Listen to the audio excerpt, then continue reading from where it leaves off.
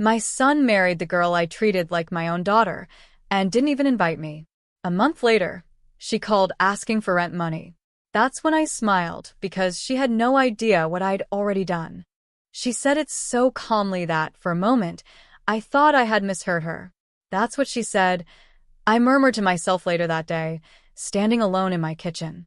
Her voice still echoed in my mind, soft, polite, calculated. Just for special people, Alma, she'd said. Special people. And I wasn't one of them.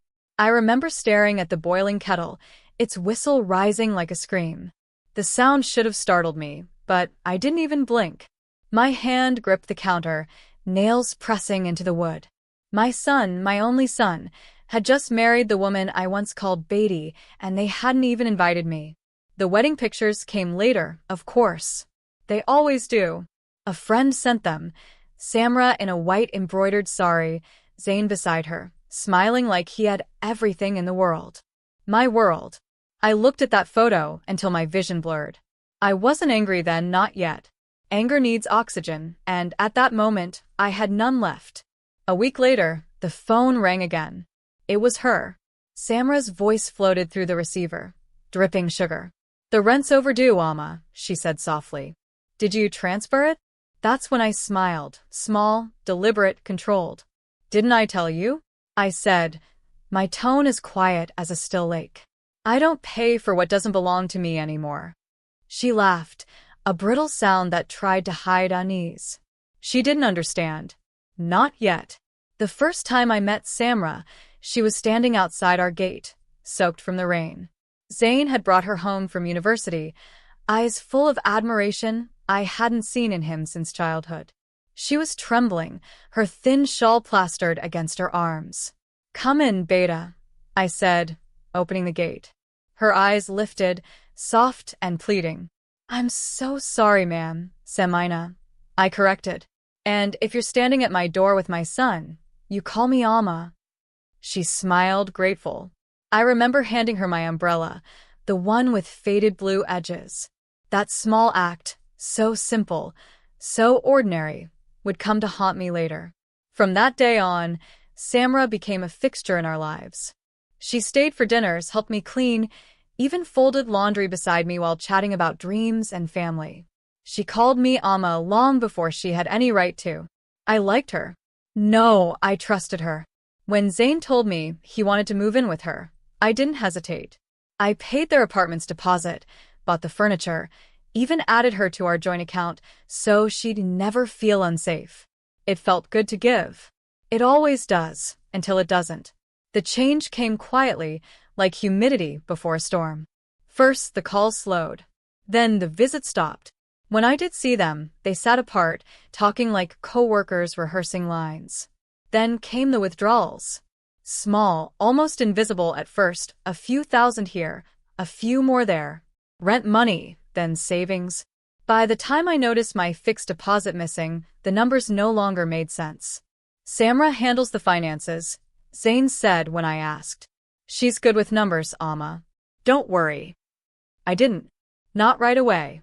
But one evening, I decided to visit them unannounced. I brought biryani and sweets, the kind Zain used to love as a boy.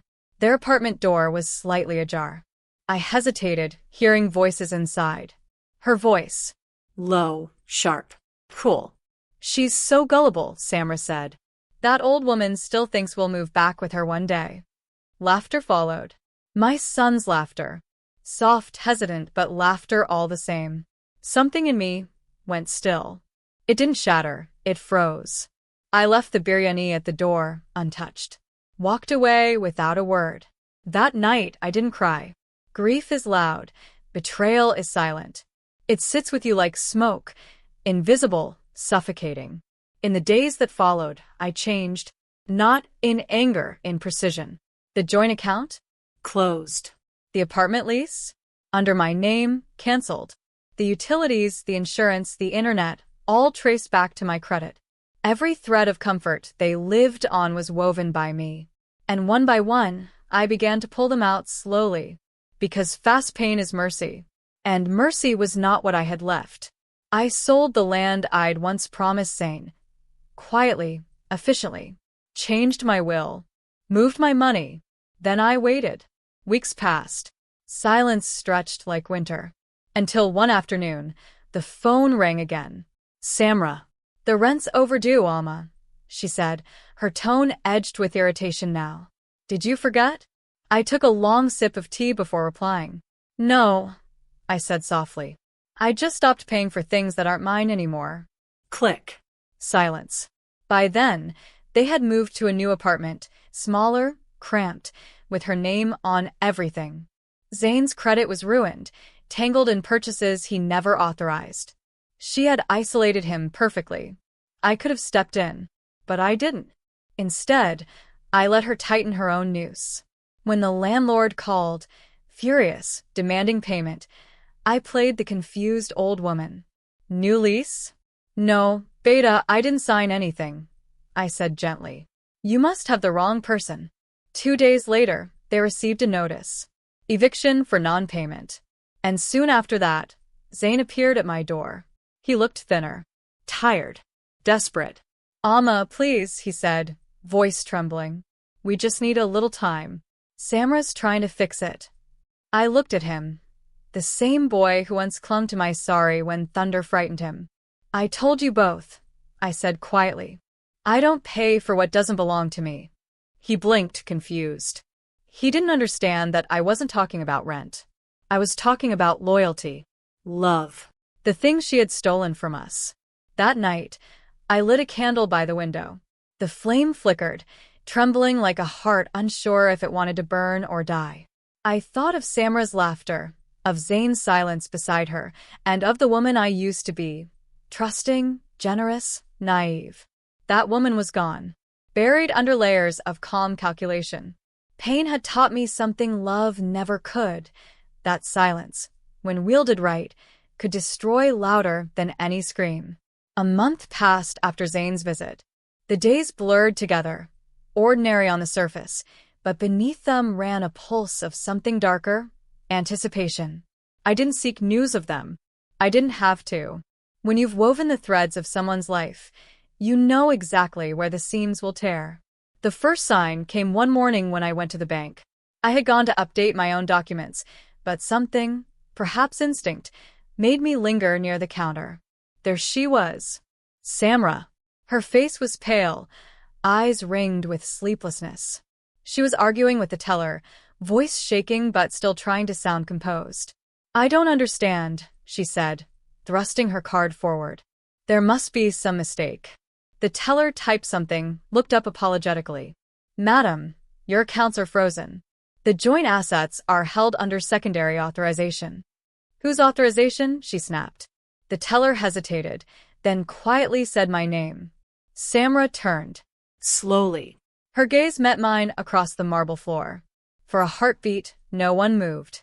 The sounds of the bank, printers humming, pens scratching, coins clinking, all seemed to fade away. She took a step toward me. Alma, she began, her voice a fragile thread. I smiled. The same soft, polite smile she once gave me, back when she still thought she was the one holding the knife.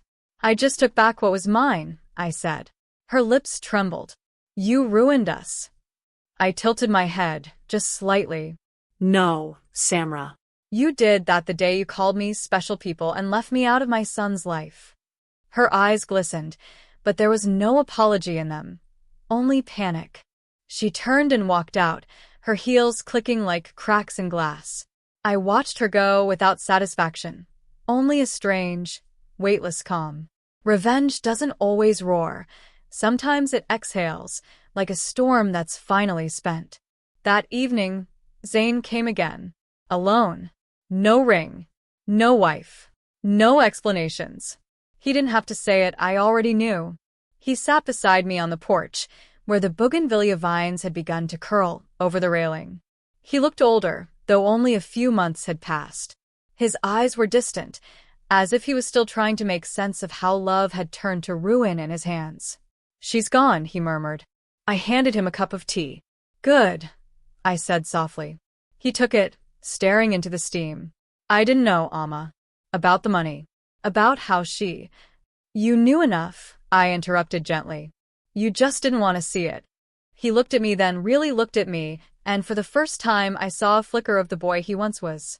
The boy who used to bring me flowers made of folded paper, who believed love was a thing too pure to corrode. But life had changed us both. He placed the cup down carefully, his hands trembling.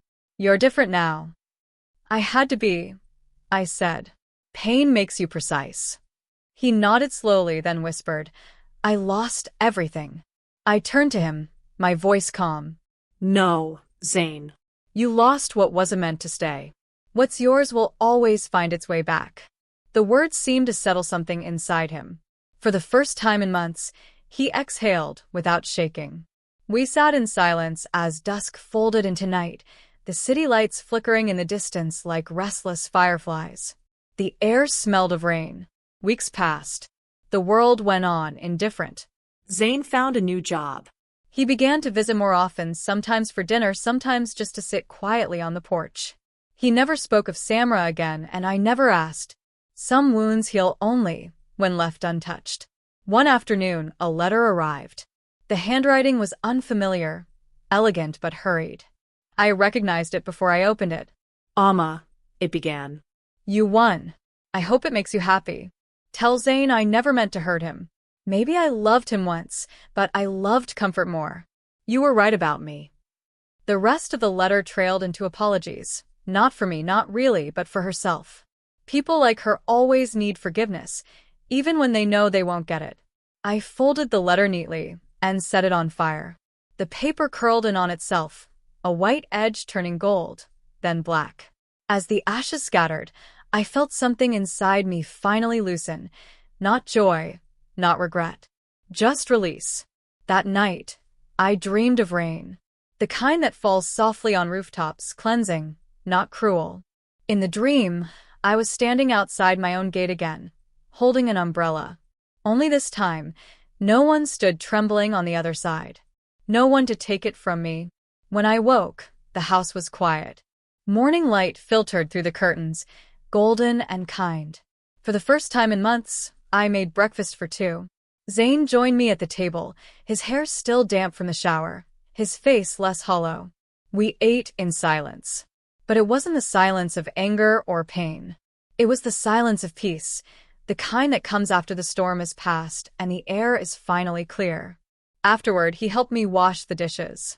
I watched his hands, larger now, calloused, and thought of all the times I'd tried to protect him from pain. Perhaps this was what motherhood truly was, not shielding your child forever, but letting them break and watching them learn how to mend. In the evening, he stepped out to buy groceries. I stayed on the porch, the same spot where he'd once sat beside me, broken. The sky was turning violet. A soft wind carried the faint smell of jasmine. I thought of everything that had happened, of Samra's voice, her laughter, her betrayal, of my own transformation. And somewhere deep inside, I realized something simple but terrifying. Revenge had never been about destroying her. It had been about reclaiming myself. The woman who gave, who trusted too easily, who mistook kindness for loyalty, she had needed to die for me to survive. Now, I was no longer that woman. I was Samina Rafiq, whole, unbroken, and quietly formidable. When Zain returned, he found me still sitting there, lost in thought. He smiled faintly, thinking again. Always, I said. He placed a small bouquet on the table, white lilies, my favorite. For you, he said simply. I looked at the flowers, then at him. You remembered. He shrugged. Some things don't need reminding. I smiled. The real kind. Not the one I'd used as armor for so long. As night fell, the streetlights flickered on one by one. Somewhere in the distance, thunder rumbled, low and distant. I looked toward the horizon, where dark clouds gathered again. But this time, I wasn't afraid. Let it rain. Let it wash everything clean. Because revenge doesn't always roar. Sometimes it whispers. Sometimes it simply says, I take back what's mine. And sometimes that's enough.